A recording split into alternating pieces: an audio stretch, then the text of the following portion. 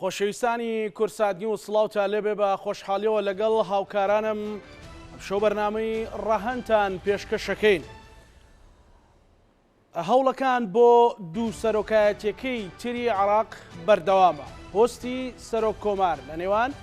یەکێتی نیشتیمانی کوردستان و پارتی دیموکراتی کوردستان گەیشتۆتە حاڵی ململانەیەکی تونند بە جۆرێک کە ململانەی و شەڕەکان گەیشتۆتە شەقام. ئێوارەی ئەمڕۆ وێڕای ئەوەی کە مێدیاکان یاخود یەکێتی نیشتیمانی کوردستان تەقتەی ناڕەزایی و نیگەرانیەکانی خەڵکیان کرد لە شەقامی بەغدا بەرامبەر بە کاندیدی پارتی دموکراتی کوردستان، بەڵام مێدیاکانی پارتیش وەڵامیاندایەوە. لە ئێستادا دەریچەیەک نییە بۆ نزیک بوونەوەی یەکێتی و پارتی، هەردووکیان هەوڵەدەن کاندیدی خۆیان سەر بخەن. دوجارە ململانەیە بەکوێگات ئەم شەڕ و دەستبادانە سیاسیە کە گەیشتۆتە شەقام، کاردانەوەی لەسەر حکوومەتی هەرێمی کوردستان و ئایندەی هەرێمی کوردستان بەرەو کوێ حوتی مانگ کە بڕیار درراوە دانیشتنی ئەنجومەنی نوێنەرانی عێراق بەڕێوە بچێت چی ڕوودەدات. هەموو ئانام شەو لە بەرنامەی ڕەهەندا تاوتوێ دەکەین بە میوانداری هەرێک لە بەڕێزان لێرە لە ستۆدیۆکانمان بەڕێز هێمن کەریم کادری پێشکەوتوی یەکێتی نیشتیمانی کوردستان بەخێر بێرەوە لە ستۆدیۆکانمان لە هەولێر ڕێز کاوە ئەحمەد کادری پێشکەوتوی پارتی دموکراتی کوردستان بەخێر بەی کاکاوە. کاکی من ئەمە بۆ گەیشتی ئێرە خەڵک و من ئەوەی بیرم بێ 3 مانگ بەر لەو پرۆسەیانی هەتا لە بانگەشەی انتخابات باسی یەک ڕیزیمانە کرد ضرورێتە کوردبێک ڕیزێتە بەغدا. ئێستا دوو ڕیزە هیچ گومانێک هەڵناگرێەوە تەنانەت گەیشتۆتە ئاستی دەستبادان. بڵێ ڕاستە سپاس بۆ جناوت بەخێراتی میوانە بەڕێزەکەمانەکەین. پرۆسی سیاسی لە عێراقدا تا ئەم چرکە ساتە پرۆسەیەکە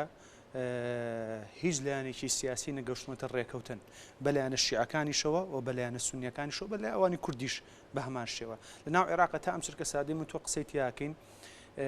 لە خودی شەقامی عێراقیدا دەستبادانی سیاسی هەیە، پلان و مؤامرەی یەکتر هەیە، لێدان لە بەرژەوەندیەکانی یەکتر هەیە. کێشەکەش لە بنەڕەتدا ئەوەیە ئێمە ئەبێ بگەنە سەرەوە ئەساسی کە بۆم حکوومەتە پێگەنانی ئەم حکوومەتە گران و قورسە. لە بنەڕەتدا ئەوەیە کە تەواوی خەڵکی عێراق بۆم پرۆسی هەڵبژاردنە بەشداربوونێکی کارایان نەبوو. لە هەرێمی کوردستانیش بە هەمان شێوە بە هەموو لایەنە سیاسیەکانەوە بە حیزبەکەی خۆشمەوە بە هەموو لایەنە سیاسیەکان دەرکەوت کە خەڵکی کوردستان لە سابی سێ دەنگی داوە. کەواتە ئەم کێشە ململانەی لە خودی لەناو عێراق لەناو شەقامی عێراقی بەغدادیش ئێستا ڕەنگی داوەتەوە. پرۆسەکە لەو گەشتۆتەوە ئاستەی کە حکوومەتی عێراقی بە هەست پێوەرەگلێکی بیتەوە هەست هەڵبژاردنە بکرێت تا چرکە ساتە بە هۆکاری کێشەی ئیقلیمونی و دەوڵەتیان دەبێت حکوومەتێک دروست بکرێت پێکهاتەیەک دروست بکرێت هەموو لایەنە سیاسەکان تێدا بەشدار بن بۆی بتوانین باڵانسی سیاسی باڵانسی هێز دەڵام مقتەدا سەدر کە کاتژمێرێک بەر لە ئێستا بۆ ئەڵێ حکوومەتی زۆرینە. ئەخە ئەوە قسەیە تا ئێستا، بەڵام هەر پێش ئەمە هەر ئەمڕۆ لەگەڵ خەڵکی ترە لەگەڵ ئەمریدا کۆبووتەوە لەسەر ئەم بابەدا، یعنی بۆ ئەوەی بتوان چارەسەری ئەم کێشەیە بکەن. دۆخەکە ئەوە نییە کە ئێستا مەقسەم بڵین چارەسەر بۆ یاخود چارەسەر نایە، بەڵام هەر ئەبێت چارەسەر بێت چکە خودی دۆخی تەواوی ناوچەکە لە تەواوی هەموو دنیاە سەر لە هەموو دنیاە باسی هەڵگیرستانی جەنگیشی گەورە ئەکرێ. زانی تۆ بینە ئێمە کێشەی رووسیامان هەیە لەگەڵ ئۆکرانیا ئەمریکاش داخلی ئەم بابەتە بۆ لە تەواوی هەموو دنیا ئەسە کێشەیەکی گەورە باسێت یاڵەش کێشەیەکی گەورە ڕوبەڕووی دنیا بێتەوە. ئێمەش وەکو عێراق ڕوبەری دۆخێکی گەورەی نوێ ئەبینەوە کە جارێت جەمسەرەکان دیار نین. جەمسەرەکان لە ناو تەواوی عێراقدا لێک نزی بوونەوە هەیە، بەرکەوتن هەیە، بەڵام هێشتا نەگەشتێتەوە ئاستەی هەرێکەوە ڕەفز بکرێ. من بڕوامانیە هەرگیز حکوومەتێکی عێراقی هەم حکوومەتێم کابینێکە دروست بکرێ حکوومەتێک بێ هەر کەسێ بارزی خوبێ لایەنێک کاتە دواوە چکار لێ ماتێک نەچێ ئەم هەڵبژاردنە بە هۆکاری شەقام هەڵبژاردننی پێشوەختە کرا. باشە شەقامی عێراقی خۆپشاندانی تیاکرا و هەڵبژاردنێکی پێشوەختە کرا، بەڵام کێشەکە ئەمەیە ئێستا گەشتێتە ئەو لە ناو دۆخی سیاسی عێراقیدا ئەبێ هەموو لایەنەکان ملتەزیمن بەو پابند و بڕیاری کە ئەنێ حکوومەتێکی لەسەر دروستکەن. ڕەفزکردن و وەلانانی لایەنێکی سیاسی یاخود دەرکردنی کەسێک کە بڵێ نابێت لەم ڕێکەوتنیە بەشدا بێ حکوومەتی لەسەر پێک نایە چکە دوجار بەواقعی قسە بکەین دوجار لە تەواوی عێراقدا دیسانەوە بە هەمان شێوە خۆپشاندان ڕوات و لایەنی ئیقلیمی و دەوڵەتی نیان ئەم پرۆسەی سەر بگرێ. ئەمە پرۆسەکەی لە عێراقدا بۆ کورد بۆ یەکێتی و پارتی بۆ گەیشت بۆ شێوەیە مەسەلەن ئەوەی کە تا ئێستا ئەوی دەبیندرێت کە ینی دەستبادانێکی تۆند هەیە. لە ڕاستیە من بڕوام وایە لە دوای جەنابی مام جەلالەوە و لە دوای جەنابی کاگنێوشوانیشەوە هەردووچیان کەسایەتی شەوتووە نەبوو بتوانێت تەواوی پرۆسی هەرێمی کوردستان بخاتە سەرسکەیەک و بە تەواتی بتوانێت تەوازنی هێز لە هەرێمی کوردستان و عێراقیشدا ڕابگرێ هەم لە بەغدا هەم لە هەرێمی کورد سیاسەتی کورد نەیتوانی یەکتەباو یەک هەڵوێست بێ بۆ هۆکاری ئەوەی کە ئەم ترازانە تا دروست بووە بە بڕام ئەمە سەریش ناگری ینی ئەمە شتێک نییە کە وەکو خوێنەوەی خۆم بە واقعەکە پێ وڵ ئەمە شتێک نییە کە هیچ دانێکی سیاسی بیانێت بتوانێت فەرزی بڕیاری خۆی بکە هەومان لە عێراق و هەرێمی کوردستان دۆخی سیاسی ئەزانین هیچ هێزێکی سیاسی نییە ئیرادەی بتوانێت ئیرادەی بەرامبەرەکەی تێکشکێنێ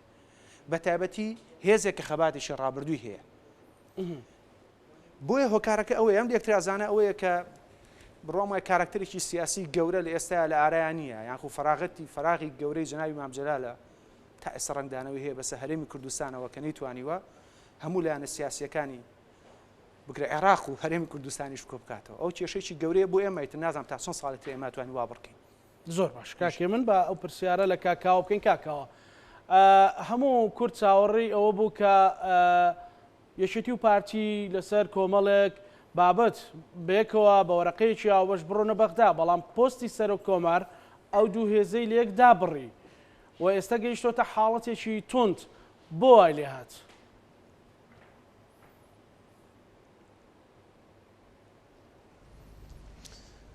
لە ڕاستیە من تۆزە ورد لەسەر بابەتەکانە دوێم و پێم خۆشە بە نەفەسێکی ورد لەم بابەتە بڕوانین ملمەلایەکان تون نییە و بابەتەکە لەسەر یەکێتی نیشتمانی کوردستان نییە بەڕاستی لە ڕاستی دایما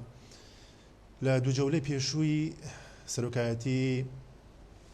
ئەگە من دەنگی خۆمە نەبیستمەوە زۆر سپاسی برادران کۆنتڕۆڵم هاوکاری باگی دەنگی خۆمە نەبیستمەوە زۆر سپاسیانەکەم بەڵێ بەیوان برادرانی دەنگ بۆی چارەسەرکردن ئێستا بۆ چارەسەرەکەن کاکاو فەرموو بەردەوام بە زۆر سپاس زۆر سپاس بۆیە ئێمە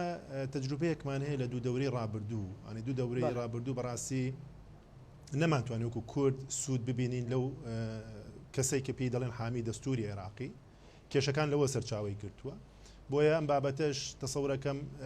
بەشە لە کێشەکانی ناوخودی شیعەش ئەو پەیوەنددار نییە بە کوردەوە ئێمە خاوەنی قەزەی خۆمانی خاوەنی دۆزێکی ڕەواین لە چوارچەوەی ئەو عێراقی ئەگەر ئەو دەنگەی هەیە کە پێویستە لەگەڵ عێراقا بین لە چوارچەوەی ئەم عێراقا بین ئەو مافە دەستوریانەیە کە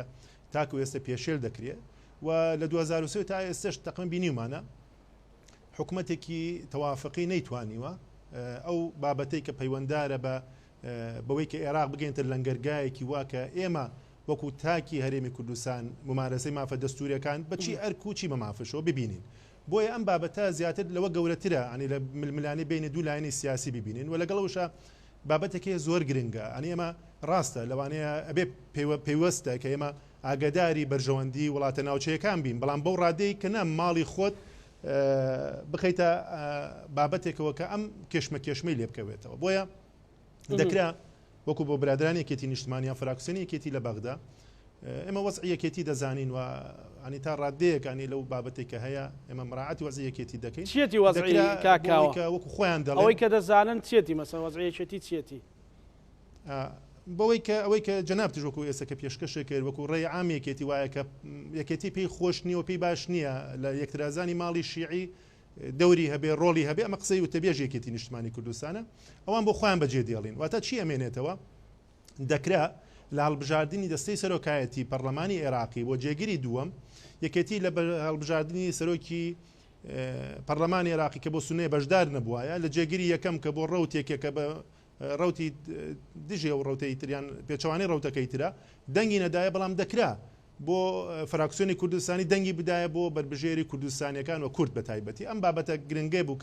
کە بەداخۆ یەکێتی نیشتمانی کوردستان دەبوای ڕچاوی و خاڵی بکردا بۆی کە دەنگێکی شێبێ قسەیەکی شێبێ بۆ شەقامی کوردستانی کە بڵێکەوە کاکە من هاوڕام لەسەر و بابەتی کە ئێمە بەشدار نابین لەو یەکترازانی ماڵی شیعی بەڵام لێرە دەنگمان بۆ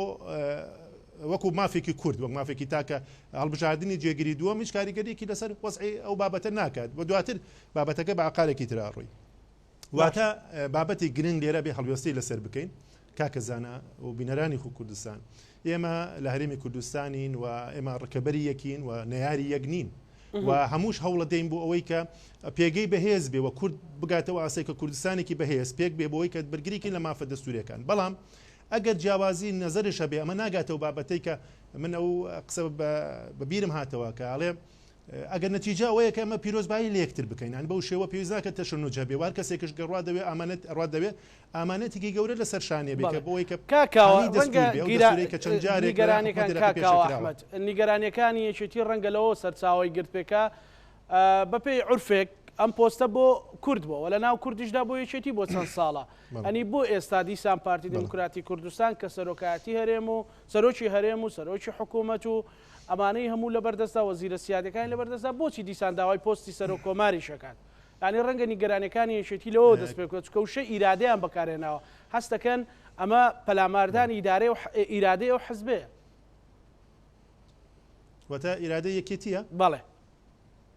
لە بەیاننامەکە ئەوە ئەو ئەنجومەی سەردەداتی هەفتەی ڕابردوو کاک من بە دوو تەوەر باسەکەم عنی بە دوو تەوەر ئەگەری هاوکارم بی من سوپاس دەکەم بە یەکەوە ئەم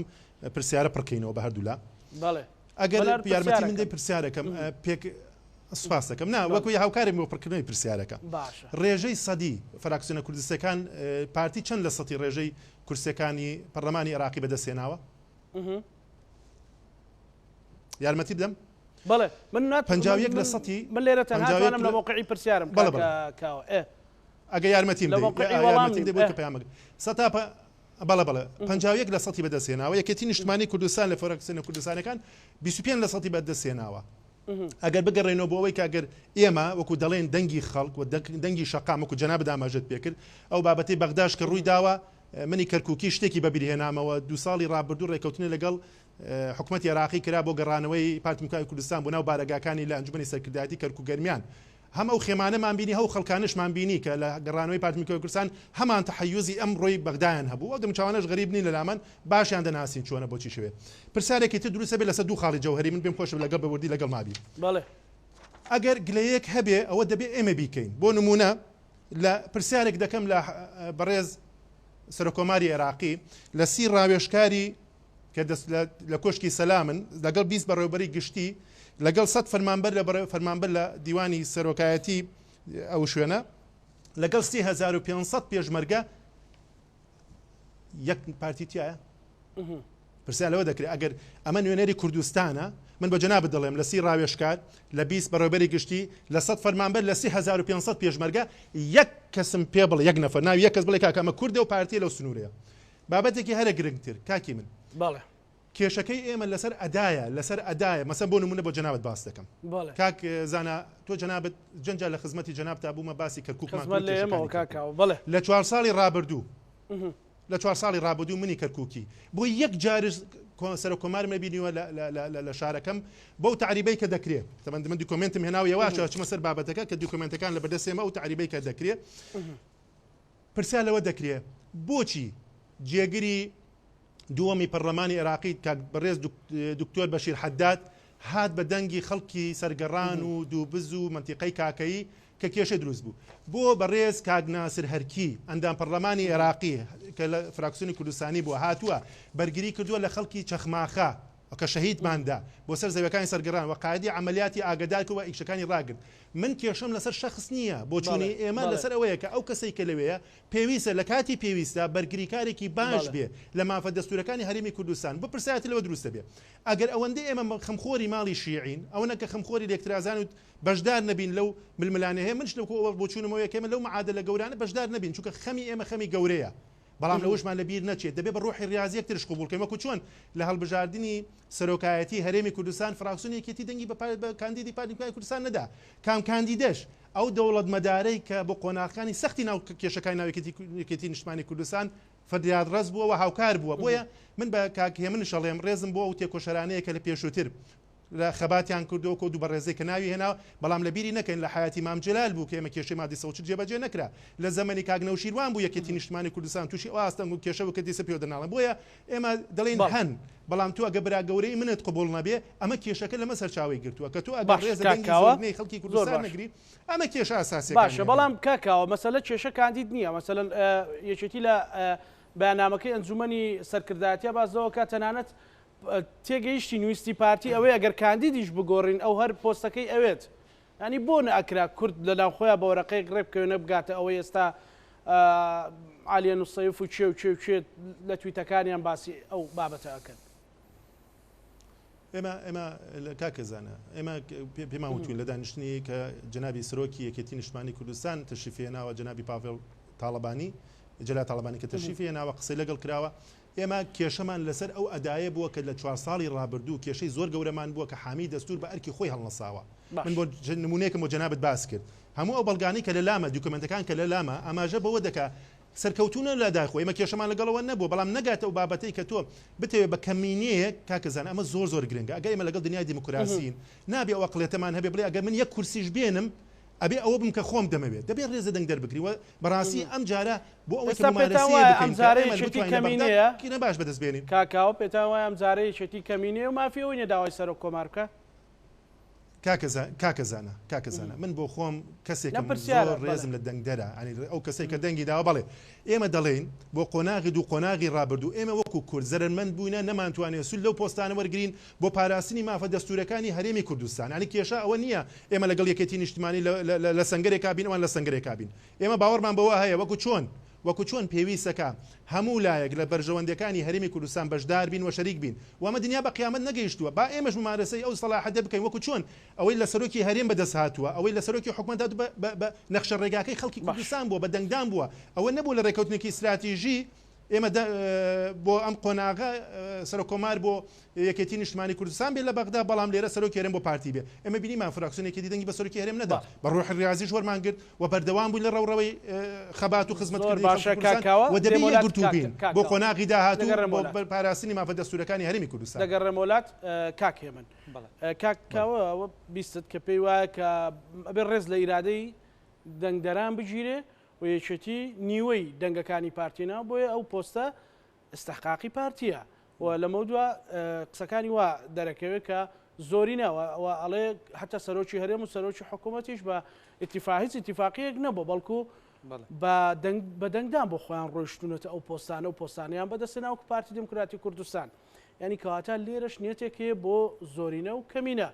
ئەکەوابێ ئەو چ کێشەیەکی تایە و مادام ئێوە بڕاتان بە دیموکراسیە بەڵێ لە ڕاستیە بڕوامانیە هیچ حیزبێک لە کوردستانە بە قەدەری شێتی نیشتمانی کوردستان بڕێ بە دیموکراسی هەبێ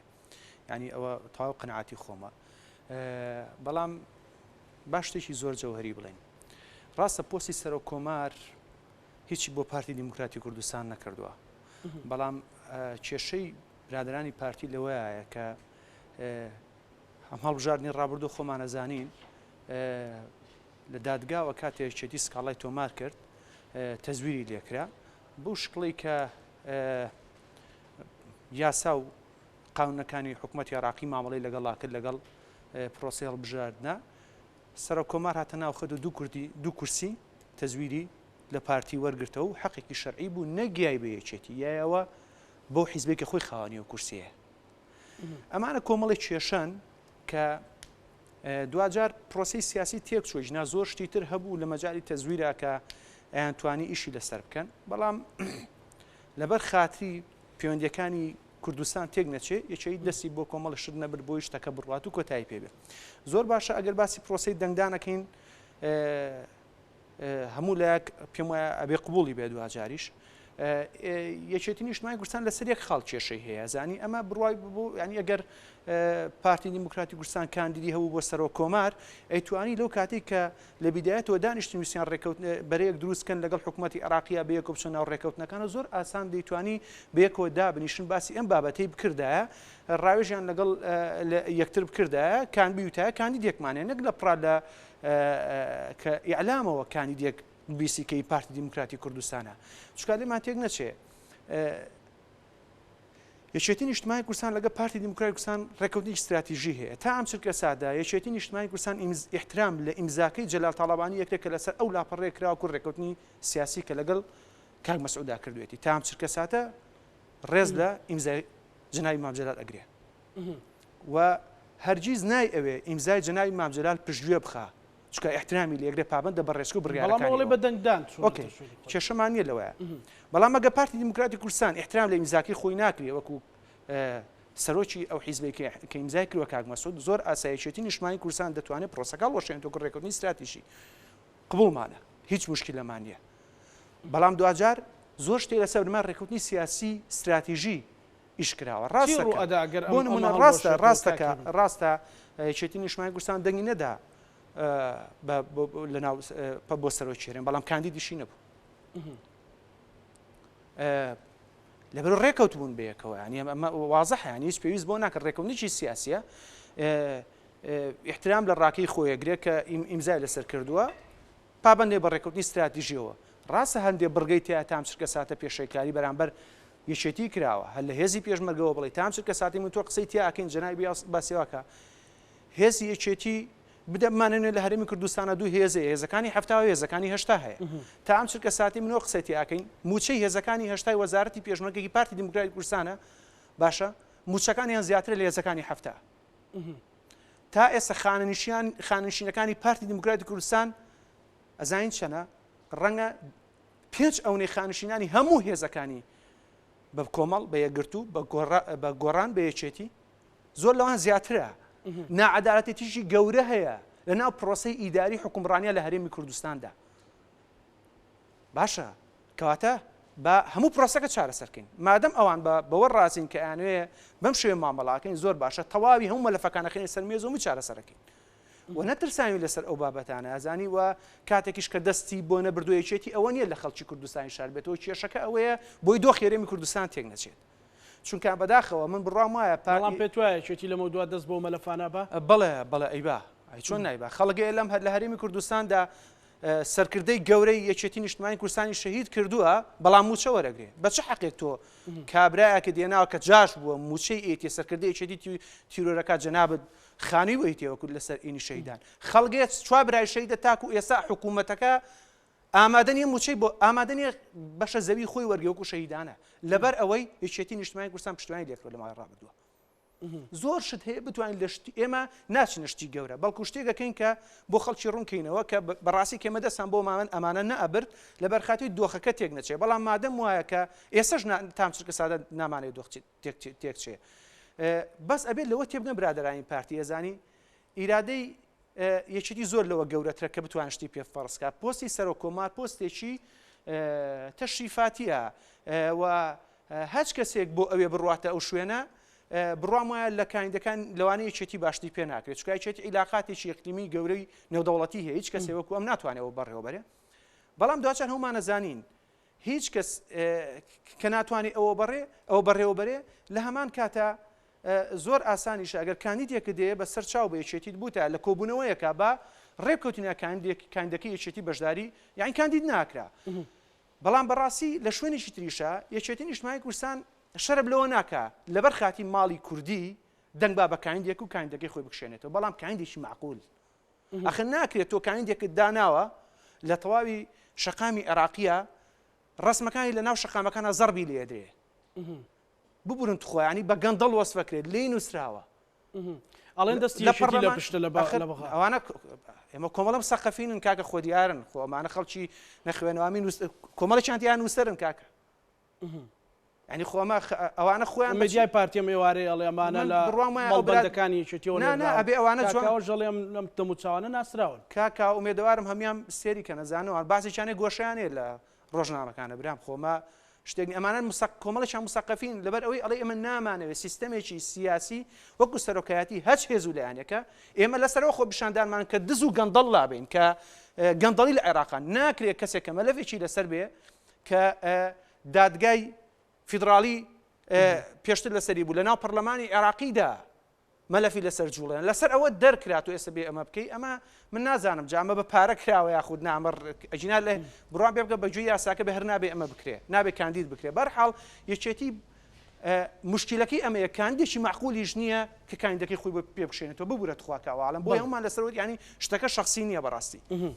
بەڵام مادەم شتەکە وای لێبێ زۆر باشە وەکەوە وتم ئێمە ڕێکەوتنێکی استراتیژی هەیە لەبەر یەکێتی و پارتی زۆر ئاسانە ڕێکەوتنەکە لە کاملی با دەستکاری بکرێ مادەم سیستەمەکە لەس ئێمە پێمان خۆشە بڕاماوانیە بڕام وایە کە هیچ هێزێک لە کوردستانە ناتوانێت بە قەدەر یەکێتی نیشتمانی کوردستان دیموکراسی بێەوە بێوێ زۆر ئاسان بێ بەلایەوە کە دەرنەچێ لە هەڵبژاردنە دان بە شکستی خۆیان بنێ و زۆر ئاسانە لە ماوەی ڕابردووە لە کوردستاندا بزوتنەوەی گۆڕان پارێزگای سلێمانی بریەکێتیە ئەمە لە یەکێتیا بینراوە بەڵام پارتی دیموکراتی کوردستان خۆی باش زانێ سەرۆکی پەرلەمانەکەی ناردەوە ماڵە قبولی ئەمە ناکە ئێمە مێژومان هەیە کردومانە زۆر ئاساییە بە دەنگدان قبولمانە بەڵام بابەتەکە لە بنەڕەتە ئەمەیە یعنی تۆ تەوێ بڵێ هەر وەختێک بە پارتی بوترێ تێکێدا ینی ئێوە دموکراتترن ئێوە نەرمونیانترن ئێوە خۆوانی ژەڵن کوردستان و پارێزەری کوردستان و بۆچی مەسەن ئەو مزایدانە بەسەرێکاکەن پێ توای مزایدە یاخود حقیقەتە بڕوام وایە پارتی دیموکراتی کوردستان هەر ئەو ناڵێم ناتوانێت ئیرادەی خۆی فڕستکا بە سەرێکێتیەوە هەستی شم کرد ئەمە زەرەرە بۆ پارتی چکە بەڕاستی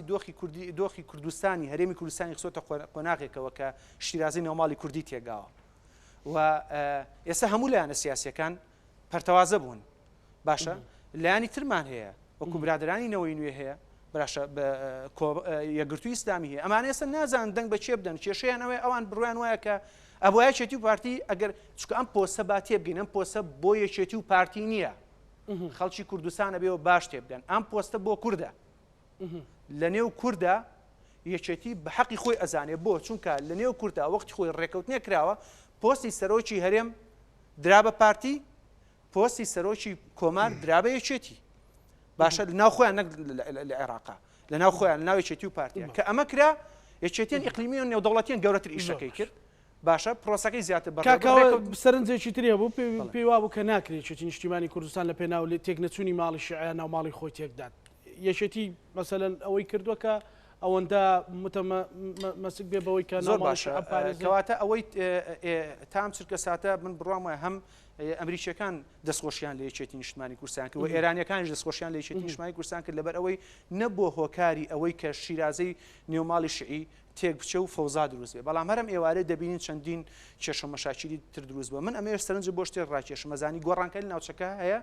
باشە کێشە مەشاکیلەکان ڕووی تێکردوین لەبەری ماڵی شیعی وا خەریکە دابەش بووە دوجار چێ بەرپرسیارەتی ئەمە هەڵەگرێت چێ بووە هۆکاری ئەوەی کە کورد بەشێ بگە لە تێکدانی ناوماڵی شیعی ئەوە چێ بۆ پارتی دیموکراتی کوردستان بوو لەبەر خاتری پۆستێک هاوڕێکەوتنێکی کرد و هەموو کوتلە کوردیەکانی وەلانە من ئەمەی وا بڵێم ئەزانی لە چیە ببوورە ئەزانی تۆ شەڕە کەڵەشێر هەیە کەڵەشەی ژەخسوت ناو دینەکەەوە شەڕەکە بەڵام ڕێویەک ڕابەرایەتیەکە دوجار هەرە بێ بخورێ ئێمە کێشەکەمانەوەیە ئێمە ئەبێت شیانی کوردی بپارێزین گرفتەکە لەسەر پۆز نییە گرفتەکە لەسەر گوتارێکی سیاسیە ناکرێت تۆ ئێمە چەند ساڵ لەناو حکوومەتی عێراقیا بەشدارین جەلال تاڵەبانی بە هەموو قووەتی خۆی کە هیچ کەسێکی سیاسی لە کوردستان نییە بەقەدەر جەلال تاڵەبانی و نەئەبێ و نەهەبووە بەقەد جەلال تاڵەبانی بتوانێت حکوومەتی عێراقی و دۆخی عێراقی سیاسی وا بەڕێوە بەرێت چونکە هەموو لایەنە سیاسیەکان باش زانست هەرێمی کوردستان بۆ سیاستکردن بۆ جەلال تاڵەبانی بچوو بوو ئەوە گەورەتر سیاسەتی بکە بۆیە چوار بخە و لەبەر خاتی کوردیش چووە بخە باشە بەڵام ئێستا بەو عەزەمەتی جاران کە مادەی 140 و کۆمەڵ ڕێکاری تر هەبوو کە بردمانە پێشەوە وردە دۆخێکی ئەبێ چی بکەی ئەبێ عیلاقاتی سیاسی نێودەوڵەتی بەکاربێنی و دیبلۆماسیان مامەڵە بکەی بۆی بتوانین ئەم شتانە بکەیت ئێمە ئێستا لەم قۆناغی ئێستا ئێمە لەسەر ئەم گوتارە سیاسیە ڕێکەوتن هیچ نییە پارتی دیموکراتی کوردستان لەسەر پۆست کێشەیەتی ئەبووە ئێمە پێشم حکوومەتە ڕێبکەوێ پێشم حکوومەتبام قسە بکەم پێش ئەم حکوومەتە بنیاد بدرێ ئەبووە یەکێتی و پارتی برادرانی پارتی و لەگەڵ هەموو ئەسەنەوانەی نەوەی نوێش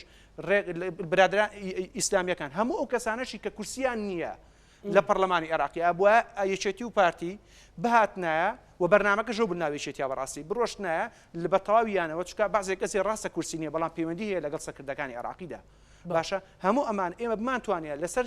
ناوچە کێشە لەسەرەکان بناغەیەکمان دانایە ڕێکەوتنێکمان کردە ئەنجا بچوونایە ناو پرۆسەی حکومڕانیەوە بەڵام من پرسیار لە پارتی دیموکراتی کوردستانەکەم بەڕاستی لەسەر چ بنەمایە بەشداری حکوومەتی عێراقیەکە لەسەر چ ڕێکەوتنێک دەیەوێت چی زۆر باش کاکێ من بۆی من پرسیارەکان بگوازم باوازە بۆی سەر کۆمار بێنین چکە ئەوە شتێکی بەلای من ڕاستە بۆ یەکێتی نیشتیمانی کوردستان گرنگە بەڵام دوجار خەونێکی گەورەتر لەم بابەتە هەیە کە پێوتێ ناوچە دابڕاوەکان و کێشە لەسەرەکان ئەم بۆ یەکێتی زۆر گرنگە زۆر باشە کاکاوە ئەویش پێی وایە کە دۆخێک ڕوبەڕووی هەرێمی کوردستانە بێتەوە کە ڕابی تێکدانی ئەو دۆخەوە مەترسی دروستکردن لەسەر هەرێمی کوردستان پارتیە پارتی کێشەی لەسەر پۆستەیە پارتی کێشەی لەسەر بەرنامە نییە بەڵکو تا ئەوە مەترسی لەسەر کۆی قەوارەکە دروست کرد وڵا کاکەزانە ئەوەی کاکی من ئەڵێ یەکێتی و ئازادە بۆ خۆی هەنێشتی بابەتی باس کرد ئەنێ بابەتی ڕابردووی باس کرد بۆنی خوێن و شەڕۆی لێهات بەداخەوە لەو شەڕۆشتانش هەروکو خۆشم لەوانەیە قوربانی بم لەو کەسانی کە بەدەستی ئەو ئەقلە پۆپۆلیستەی کە بەس خۆی بە هەرچ قەبارێک بێ خۆی بەو گەورە بینێکە وایە بەڵام تەسەورەکەم پێچوانێمەش ئێمە ورد قسەکەین لەسەر بابەتەکە و بابەتەکەش بڵێن ئەو سیاسەتی کاکێ من بە سیاست چووە بادێ باسی ناوچەکانی مادەی 140 کرد باش گرنگیدانی پۆست یانێک بایەخدانی پارتی بۆ پۆست چییە باش کاکێ من مجموعە شیعاراتی ڕیز کرد هەمووی خسە دوایەک هەمی تەخوینکردنی پارتی و پارتی مقەسرە باش من محزەرێکی اجتماعم لایە تەقاسیمی سوڵتە لە دیوانی محافەزە ئەکرێ لە هەفتەی چواری 2019 ئەگە دەنگی خۆم نەبیستمە سوپاسانەکەم کەسێک لە بەناو ڕئیسی کوتلەی کوردستانی تاخی باشە ڕێکەوتنی کردووە لە ئەوەی کە لە خاڵ یەکەمی ئەمە هاتووە ئەم محافەزە ئێستەی کە بە کوتتای سەربازی بەداخەوە لە کەرکووکە حاکمە ئەم بەڕێزە بەردەوام بێت تا کاتی هەڵبژاردن ئەگە خەم مادەی 140 ئەم ئیمزای بەڕێزێکە کە تەمەەن ببوون وا دەڵێم ڕاگەاندنە ناشتیتر قابلی شانێتی پێی بڵێت وەکو کەرکووکێک دەڵێم واژۆی کردووە کە بەردەوام بێ لە پێناویی لە پێناوی خاڵی چوارەم کەسێک بەو ناوە کە دیاری کراوە من حەزەکەی دوایی کاکەزانە بۆ جەنابەتی دێنن بۆی کە بەڵگە بێ بابەتی ئەمی کە باسکرا حەشوایی کە باسکرا بابەتی تر باسی مادەی 140 ئەو بەڕێزانەی کە لە بەغدا پۆستیان هەبووە ئەوە هەموو دوکۆمنتەکانە باسی ڕابردوو ناکەین کاوە باسی ئێستاکەین کە دۆخی دروست بووە بۆی ئیجازەی برای خۆت بدە بۆی ڕێک بێتەوە کاکەزانە 26 2019 ئەگەی ئیجازەم بدەن کاکە من دوکۆمنتی خۆمە خەمە ڕوو ئەمە زۆر لە مێژە نییە بۆیە کە ئەگەر گرنگی بۆیەک لەوان کاکێ من ئیطلاعی نەبێ خۆ ئەوش ئینسانێکە لەوانەیە ئەم وردەکارێکە لە بەردەستی منە وەکو لە کەرکووکی لای نەبێ ئەوڵێ مادەکانی 140 مان بخساتە بابەتی گفتوگە باشە من قبولمە باشە کە تۆ ئەگەر مەسوولی مەکتەبی مادەی 140 خۆی ئەمەی کە دێڵم لە ماوەی 6 مانکە کە دوکمنت لای منە باشە خۆی تعریبی کەرکووکی کرد بێ خەڵکی لە دیانە و لە ئەنبار و لە سەلاح الدین و لە نینەوە هێنابێ داخلی کەرکووکی بێ خەڵکی عەرەب من بۆ گرەی لە عەرەبەکە کەم بڵێ مادەی 140 جێبەجێ ناکە باشە ڕێکەوتنی پێویستە باش ئەزانی پارتی کاکێ من لەسەرچی ڕێکەوتنی کردووە تەمەن من بە نەفەسی جەنابەت نایکەم باشە ئەم کوردستانش تێکۆشەر و قارەمان و سەرکردەی کاریزما یەکجار بەهێزی بووە و خەڵکەش کە پاڵپشتی حزبی خاوەن کاریزماکە دیارە ژمارەی کورسەکانی خەڵکی کوردستان واقع دیارە دەبێت ڕێزە و بابەتە بگرین بۆیە ئەگەر لە عێراقا تەوازن و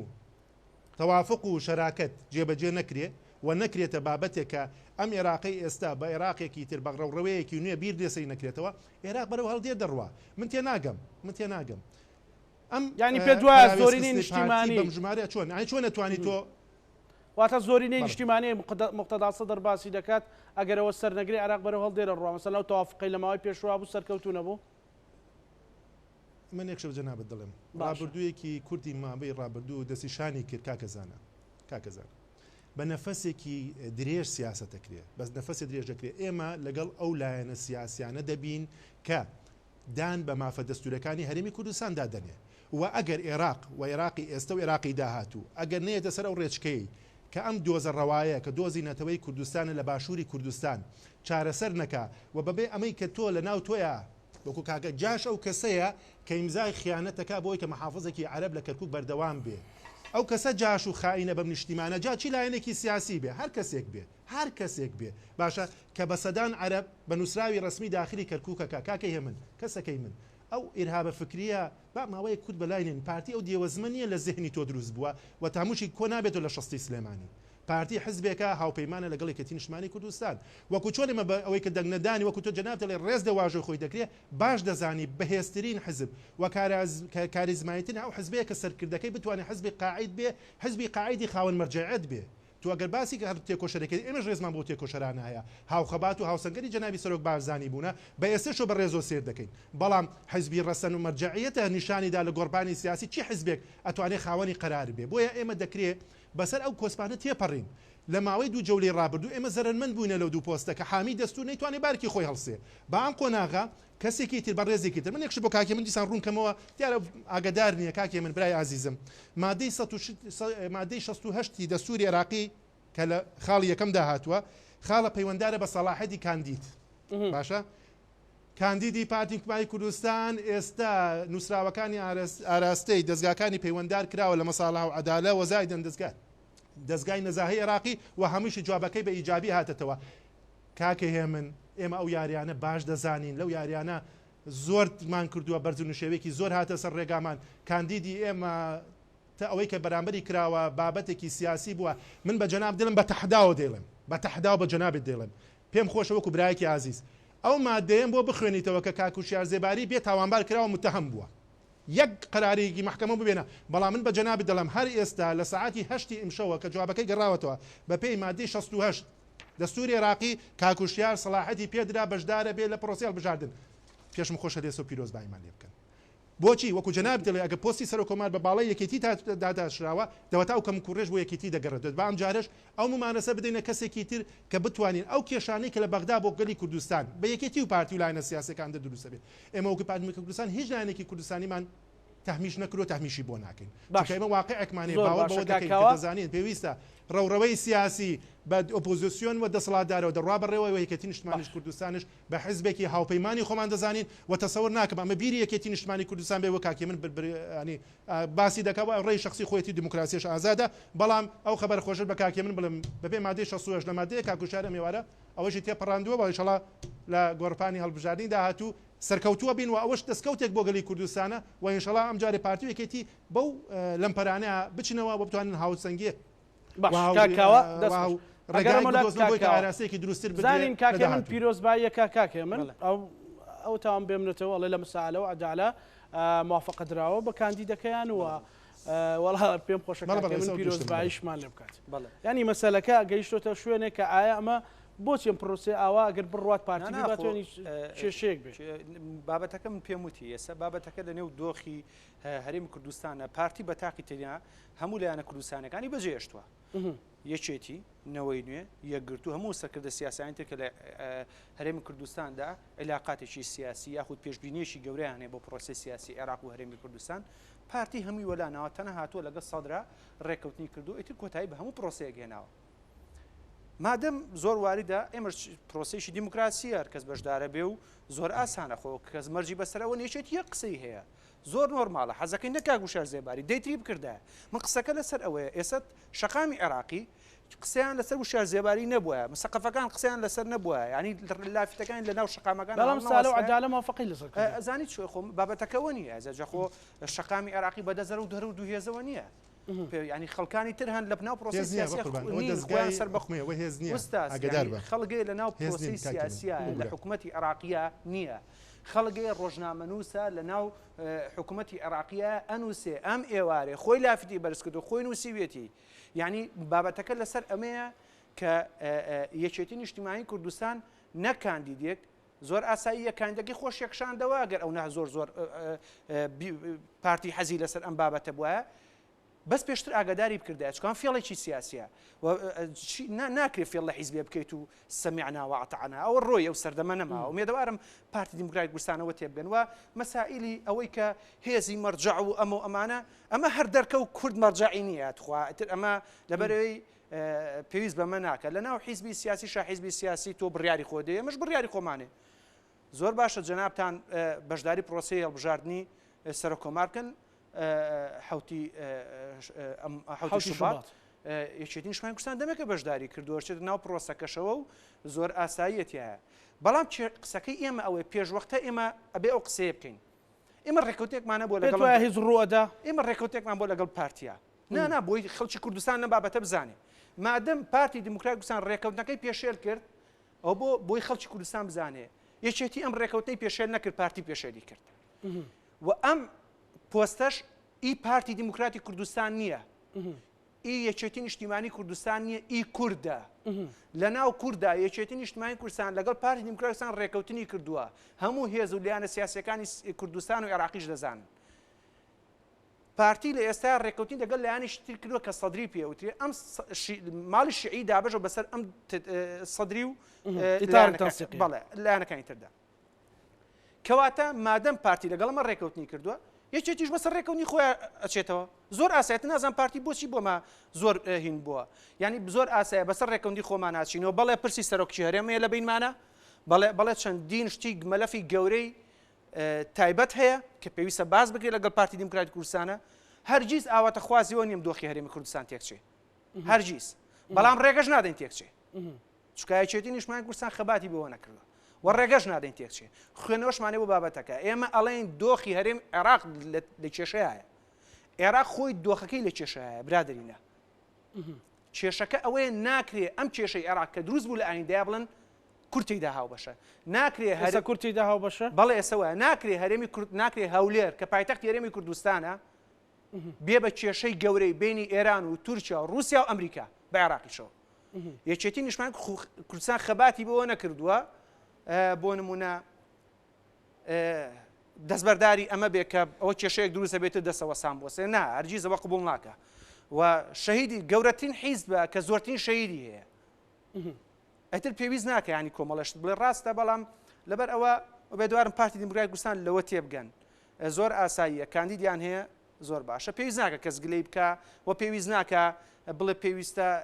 ناچێتی داوای لە پارتی دیموکراتی کوردستان نەکردووە کاندیدەکەی بکشێنەوە با بەشدار بێ سەتاوی هیچ مشکلەمان نییە تەنها قسەی یەکێتی ئەوەیە ڕێکەوتنێکی سیاسیە بوو جەنابەت پێشێلت کرد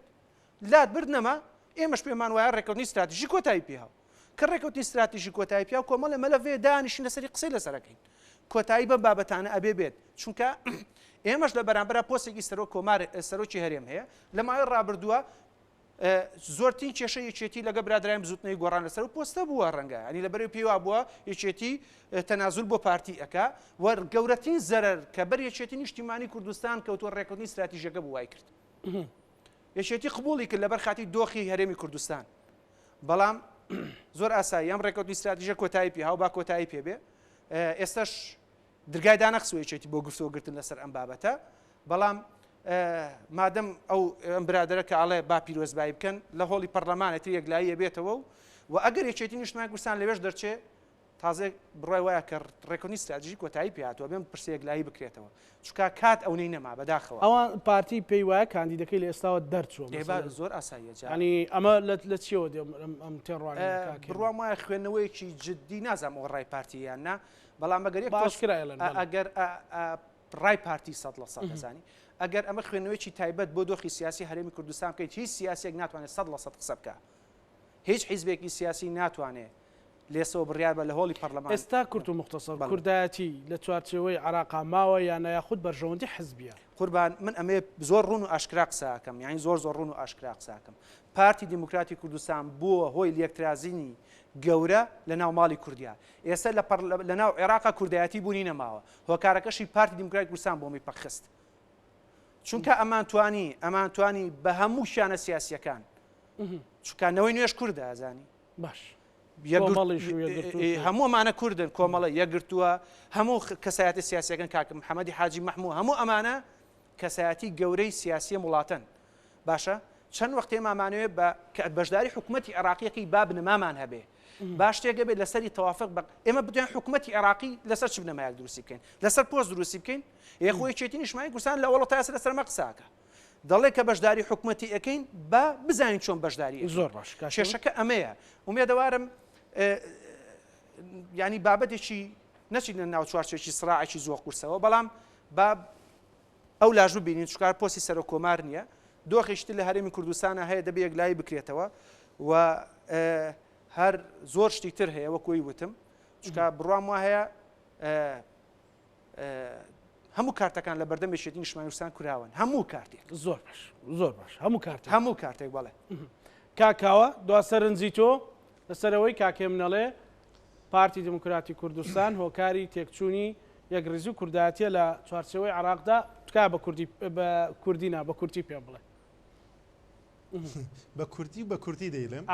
ئەڵێ کە برتەوە پێویست بە شەرح ناکە کە دۆڕان تشکە شەرح لێوە ناگرێ بەڵام کاکە هێمن برایەن ئەنی ئەو شێوازە ئاخەوتنە متەسەوە دەکەم نە خزمەت بە یەکێتی نیشتیمانی کوردستان بگەێنێ نە بە قەزەی کوردستانیش ئەوە سیاستێکە ئێمە دەزانین قۆناغی کوردستان قۆناغێکە لە دووجەوری ڕابردوو زەرمەند بوونە لە هەندێک پۆست وەکو بە ئاماژەم بێکە بە دیکۆمنت بۆ کاک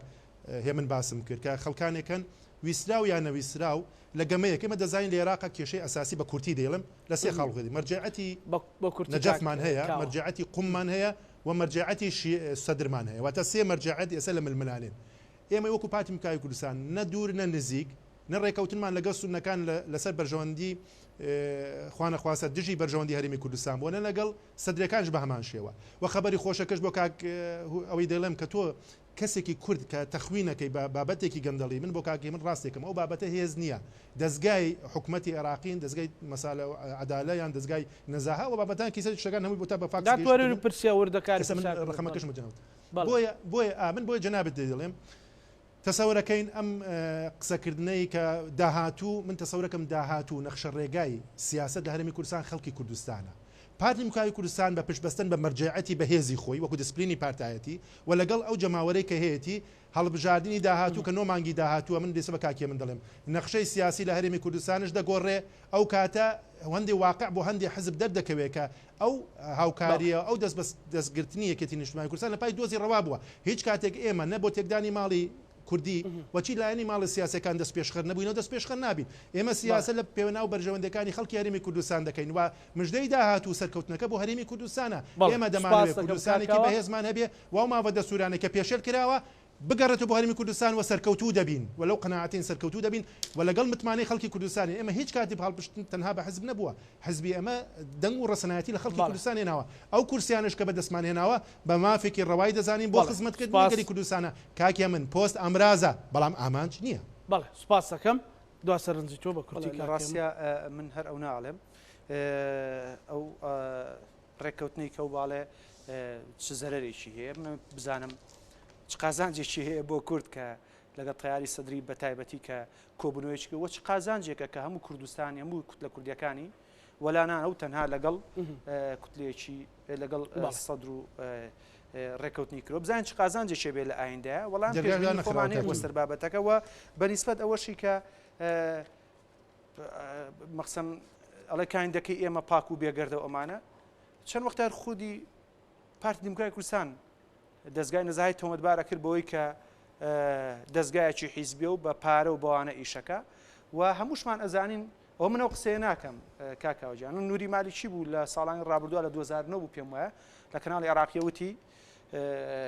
ئەو کاتێک کە ویستان بزوتنەوەی گۆڕان بەشداری حکوومەتی عێراق بکات کە حەقی خۆشیان بەشدارکە بەڵام جەنابی بارزانی بێمەیوت نابێ بزوتنەوەی گۆڕان بەشدار بێگەر بەشدار بێ ئێم بەشداری ناکەین لەبەر ئەوە کورد ئەو کاتە پۆستێکی وەزارەتێکی لە دەستدا پۆستی وەزاری لە دەستدا یان وەزارەتێکی لە دەستدا و ئەو وەزارەتەش ئەگەر ڕقی شخصی یان شتێکی کێشە نەبووە ئەمانتوانی وەزارەتی بۆ کورد بسرین بەڵام بڕوام وایە هەموو کێشەکان لە پێنە ئەسا کەوتمەتەوە قەناعەتی کە بەتەواوە بەداخەوە پارتی دیموکراتی کوردستان لە ئێستایە تایبەت بۆ خۆی ئیشەکە و هیچ حسابێک بۆ حیزب و لایەنە سیاسەکانی تر ناکە تەنها لەسەر ڕقم قساکە خۆشمانە زانین کە کوردستان لە سایە 23 دەنگیاوە بۆ حکوومەتێکی ئێستا لە عێراقە لەسەری داندرێ و بە هەمان شێوە هەموو دەرگایەکیش کراوە بەسەر هەموو لایەنە سیاسیەکان سپاس بۆ بەڕێز من کەریم کادری پێشکەوتویەتی نیشتیمانی کوردستان سپاس بۆ بەڕێز کاو ئەحمەد کادری پێشکەوتوی پارتی دموکراتی کوردستان سپاس بۆ هەردوو میوانی عزیزم بە هیوایەوەین کە چارەنووسی هەرێمی کوردستان و ژیان و ژیاری خەڵک بەرەو باشتر بچێت و هیچ مەترسێکیش لەسەر هەرێمی کوردستان دروست نەبێت ڕاهەنمان پێشکەشکردن ئێوە شەمولایەکتان ئەمانەتی خوای گەورە